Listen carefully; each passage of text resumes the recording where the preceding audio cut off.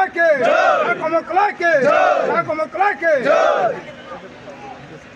একটু একটু ভালো করে দেবেন দূরদর্শনের জন্য। রেডি? আপনি জয়লাভ করলেন, কি ফিলিংস এবং আপনার কি কর্মসূচি থাকবে? কর্মসূচি তো এবং জয় সম্পর্কে আপনি জিজ্ঞেস করেছেন। জয় তো সবারই ভালো লাগে।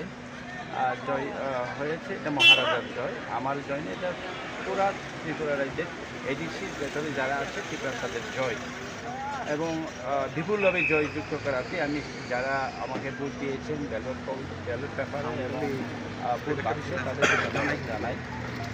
আর আপনি যেটা আরেকটা কথা বললেন কী করবেন, আমাদের এডিসিতে দেখুন আমরা লড়াই সংগ্রাম করি যে এটা সাংবিধানিক অধিকার, আমাদের জমির অধিকার, আমাদের কনস্টিটিউশনাল রাইট, ল্যান্ড রাইট, আমাদের পলিটিক্যাল রাইট, এডুকেশন রাইট, এগুলো আমাদের এখনো হয় না।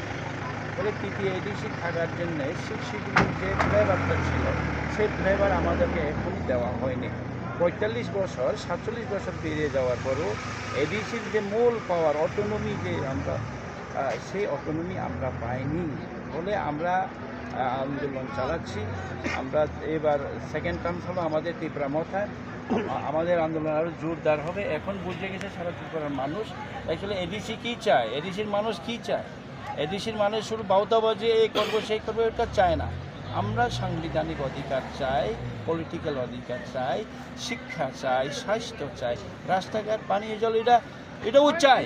কিন্তু সাংবিধানিক যে অধিকার আমাদেরকে যে অটোনমিটা দেওয়া হয়নি, এটা অবশ্যই আমি দাবি করছি।